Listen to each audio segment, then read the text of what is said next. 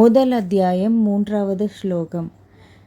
பஷ்யைதாம் bond புத்ராணாம் ஆச்சாரிய மகதீம் சமூம் வியூடாம் துருபத புத்ரேன தவ சிஷ்யேன தீமதா. இந்த ஸ்லோகத்தில் துரியோதனன் அவரோட ஆச்சாரியரான துரோணாச்சாரியாரை பற்றி என்ன சொல்கிறார்னா, குருவே, உங்களோட சிஷ்யனும் துருபத மகனுமாகிய திருஷ்டத்யுமனன், அவர் தான் பாண்டவர் படையோட படை தளபதி. ஸோ அவரால் அணிவகுக்கப்பட்டிருக்க இந்த பெரிய பாண்டவர் படையை பாருங்க அப்படின்னு சொல்லி காட்டுறார்.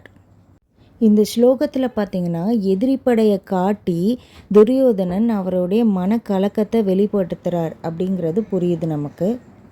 இந்த மாதிரி அவருடைய மனக்கலக்கத்தை வெளிப்படுத்துறது அவங்களோட தோல்வியோட முதல் படிங்கிற மாதிரியும் இந்த ஸ்லோகத்தில் காட்டப்பட்டிருக்கு.